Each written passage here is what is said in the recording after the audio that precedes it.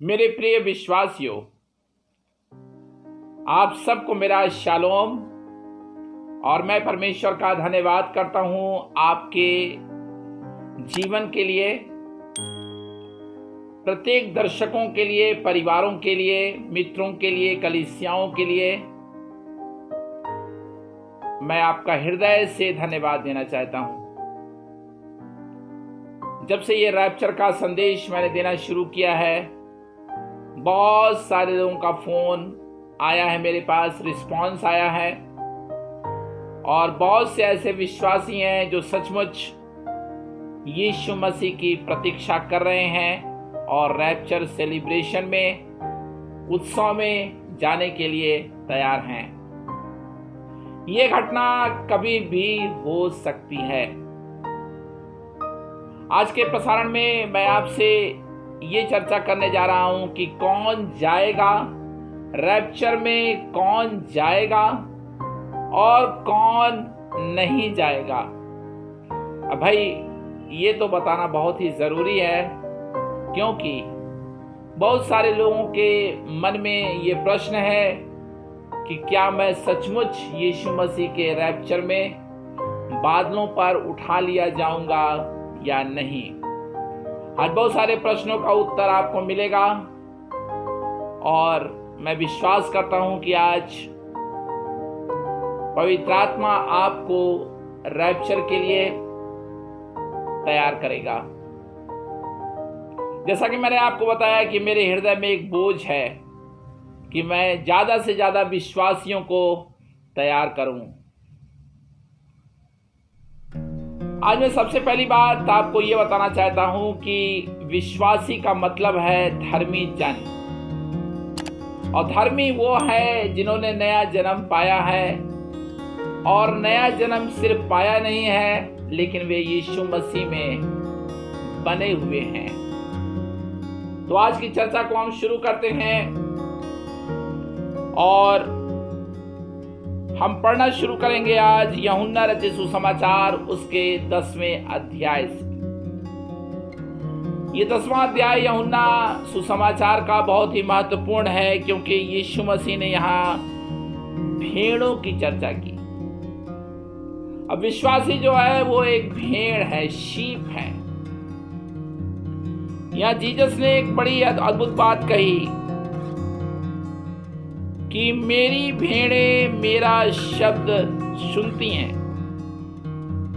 हर विश्वासी जो है वो एक भेड़ है।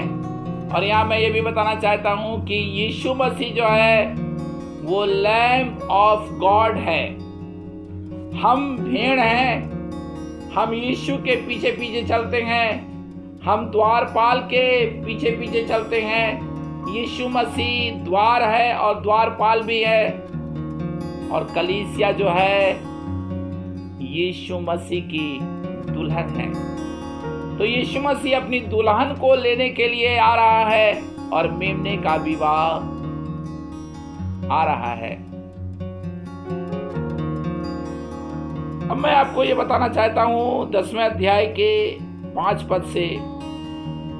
यहां लिखा हुआ है कि वे पराये के पीछे नहीं जाएंगी। पराये का मतलब क्या होता है? अर्थात वे लोग जो यीशु के पीछे नहीं चल रहे हैं, वे जरूर कहीं ना कहीं वे पराये के पीछे चल रहे हैं। समझदारों को इशारा काफी। ये जो चर्चा है वो बहुत ही महत्वपूर्ण है, और यीशु ने कुछ बहुत ही महत्वपूर्ण बातें कही मत्ती रचित सुसमाचार में। मत्ती रचित सुसमाचार और उसका 25 अध्याय, ये वो अध्याय है जहां कुंवारियों का वर्णन किया गया है। और मैं आ रहा हूं आपके पास 31 पद पर। मत्ती 25 और 31 पद। जब मनुष्य का पुत्र अपनी महिमा में आएगा और सब स्वर्गदूत उसके साथ आएंगे, ध्यान दें, स्वर्गदूत भी उसके साथ आएंगे बादलों पर, तो वो अपनी महिमा में महिमा के सिंहासन पर विराजमान होगा और सब जातियां उसके सामने इकट्ठा की जाएंगी। और जैसे चरवाहा भेड़ों को बकरियों से अलग कर देता है, हियर इज द पॉइंट, उत्साहित हो जाए, हालेलुया चिल्लाएं। विश्वासियों के लिए सबसे बड़ी खुशी का मौका, अरे बड़ा भोज होने वाला है भाई, क्या आनंद होगा। जिसने यीशु मसीह को टेस्ट किया है, जो यीशु मसीह के संग बना हुआ है, जो यीशु मसीह के लिए दुख उठाया है, जिसने यीशु मसीह की सेवा ईमानदारी से की है, जो अच्छा भंडारी रहा है, उसके लिए तो खुशी का ठिकाना ही नहीं है। आगे यहां लिखा हुआ है कि वो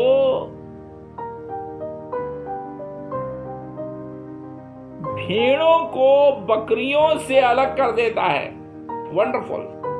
शीप एंड गोट, अब भेड़ें जो है वो दाहिनी ओर रहेंगी, बकरी जो है वो बाईं ओर रहेगी। अब ये आपको महसूस करना है, जान लेना है, अनुभव करना है कि आप बकरी हैं या भेड़ हैं। यदि आप भेड़ हैं तो आप यीशु मसीह के रैप्चर में जरूर शामिल हो रहे हैं। अब मैं आपको थिस्सलुनीकियों की पत्री में ले जाना चाहता हूं। सबसे पहली बात मैं बताने जा रहा हूं कि कौन जाएगा रैप्चर सेलिब्रेशन में, इस धर्मियों के उत्सव में कौन शामिल होगा। सबसे पहली बात, पहला थिस्सलुनीकियों उसका 4 अध्याय उसका 14 पद। क्योंकि यदि हम विश्वास करते हैं कि यीशु मरा और जी भी उठा, तो वैसे ही परमेश्वर उन्हें भी जो यीशु में सो गए हैं,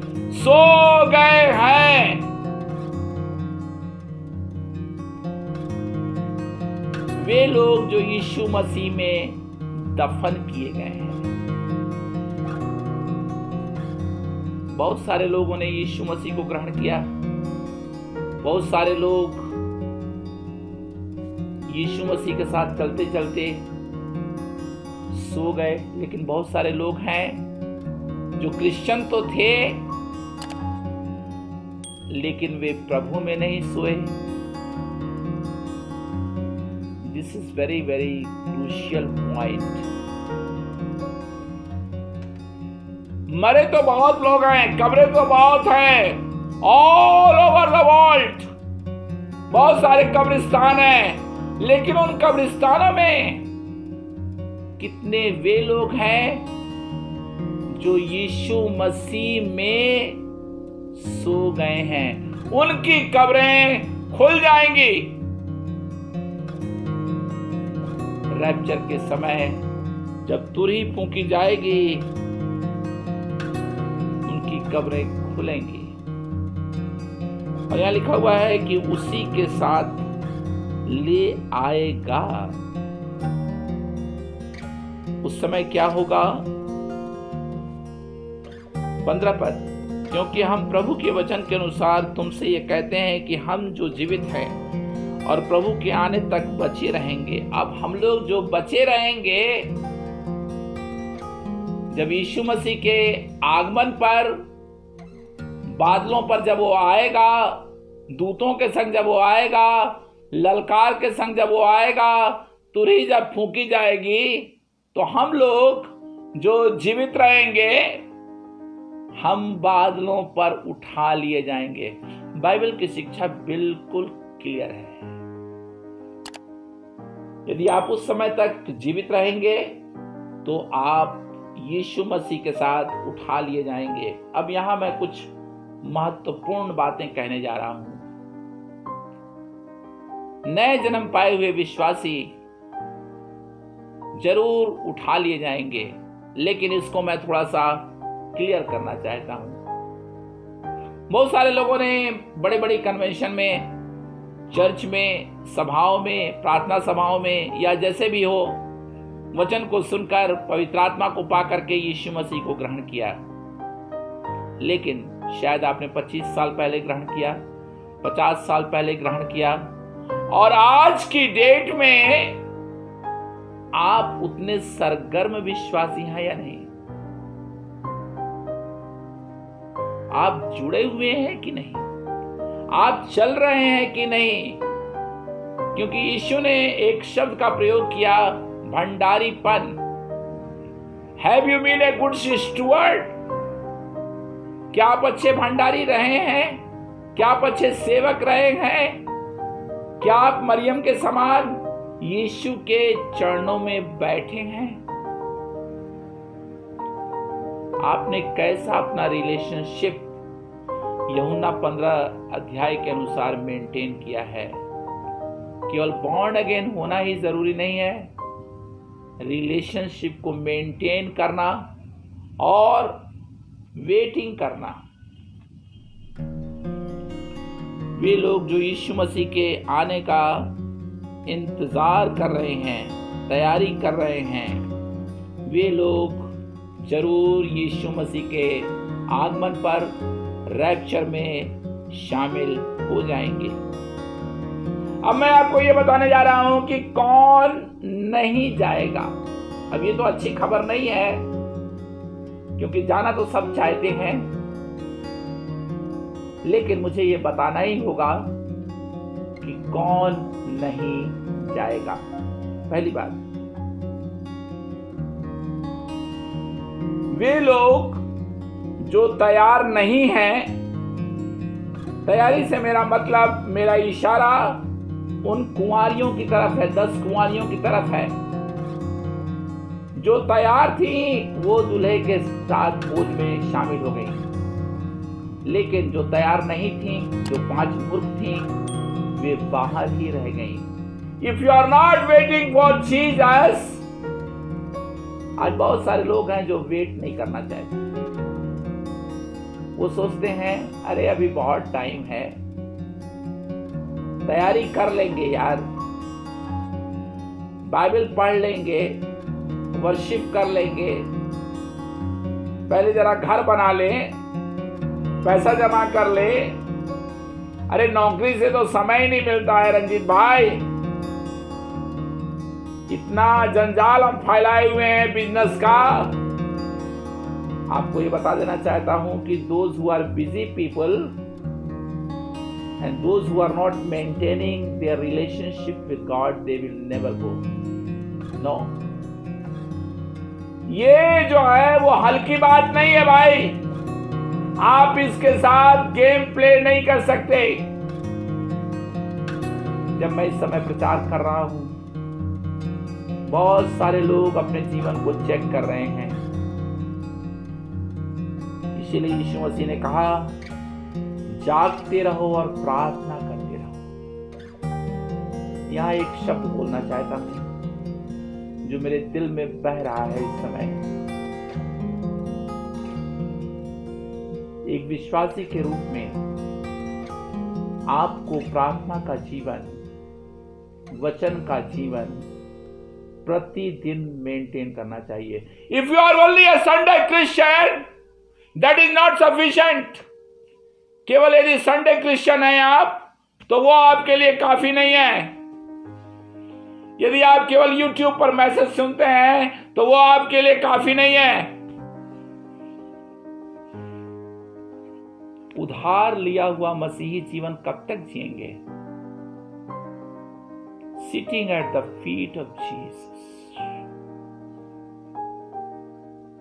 दूसरी बात, वे लोग जो कार्नल क्रिश्चियन हैं, ध्यान दें, कार्नल क्रिश्चियन का क्या मतलब होता है? वे लोग जो नामधारी मसीही हैं, कार्नल क्रिश्चियन हैं, बोतल मसीही हैं,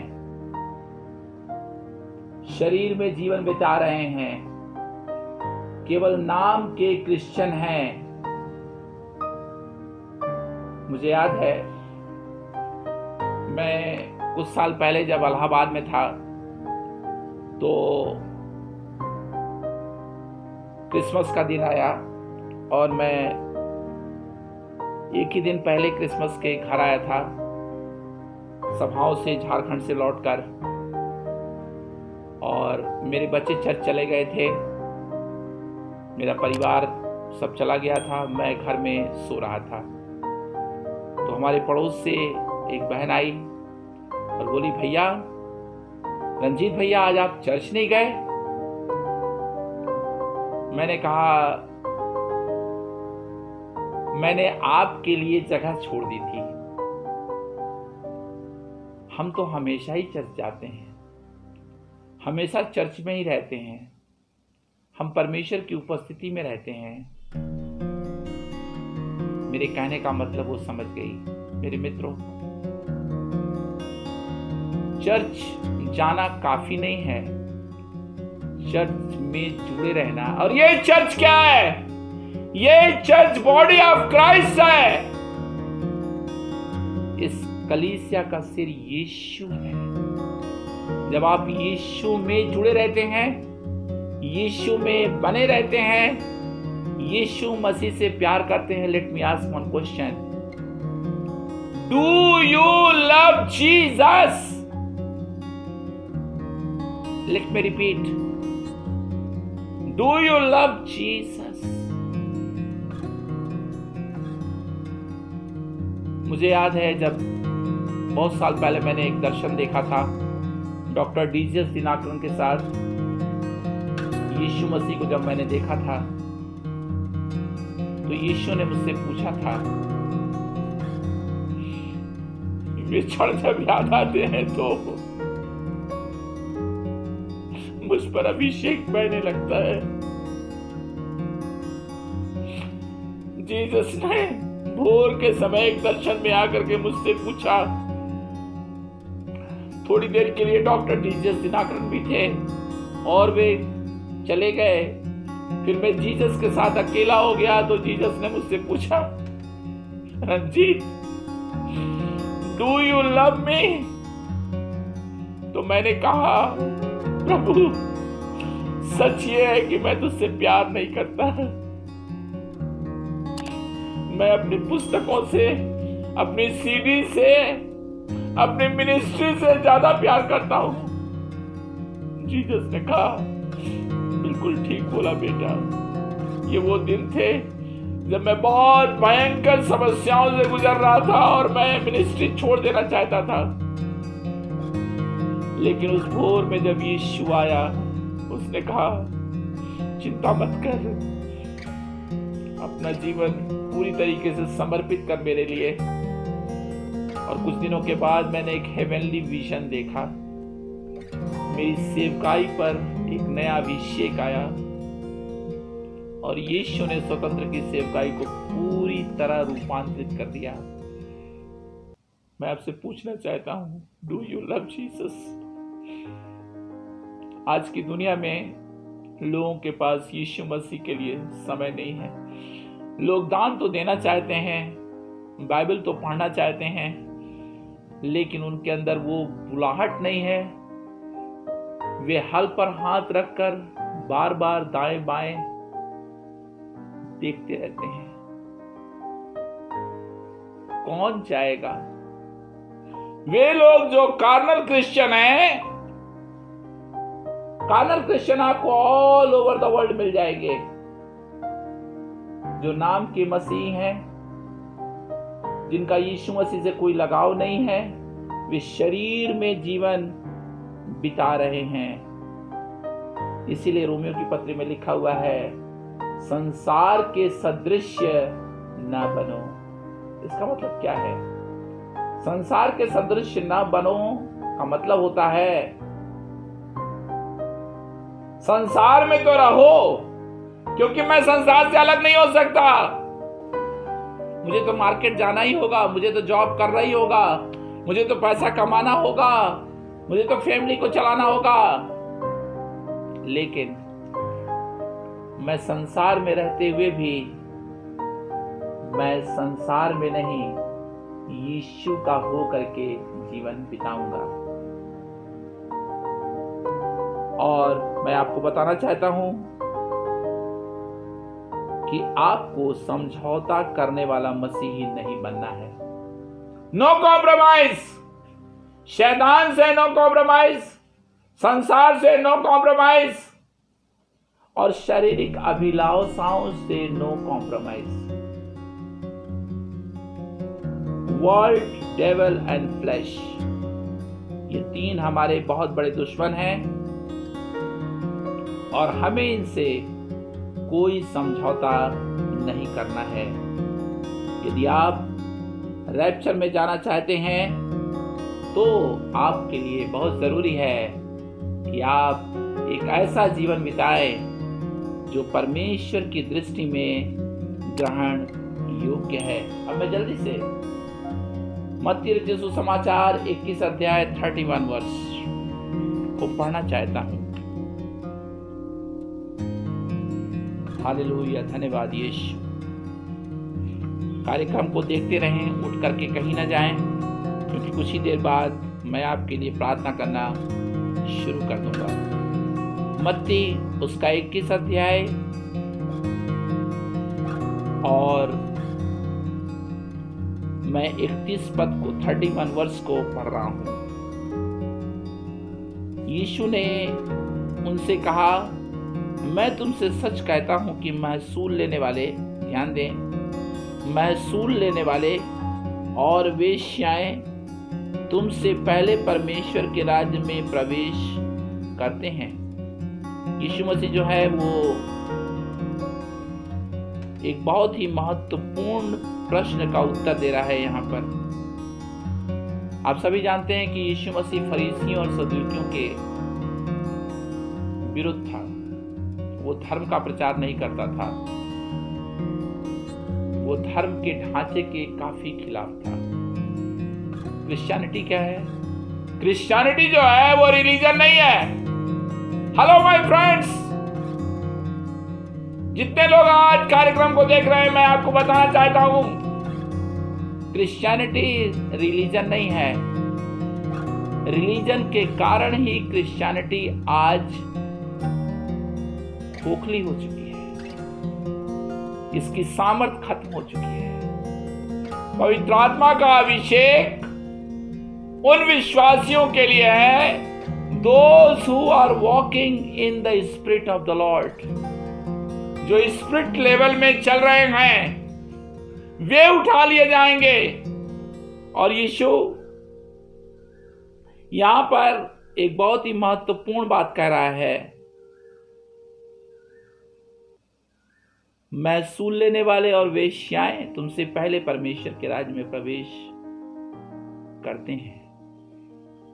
यानी यीशु ये कह रहा है, ये लोग जो महसूल लेने वाले हैं, जकई तू हेवन में होगा, आज तेरे घर में उद्धार आया।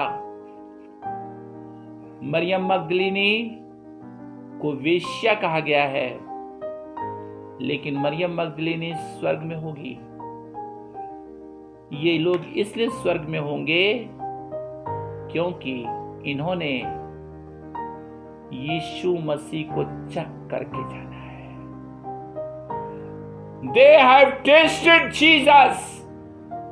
बात यह नहीं है कि तुमने कैसा जीवन बिताया, बात यह है कि तुमने आज कैसा जीवन बिता रहे हो। How are you present? जो मसीह यीशु में है वे नई सृष्टि है। आज परमेश्वर उन लोगों को अपने राज्य में बुला रहा है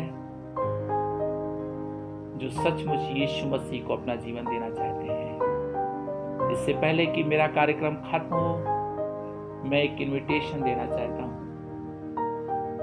आपको।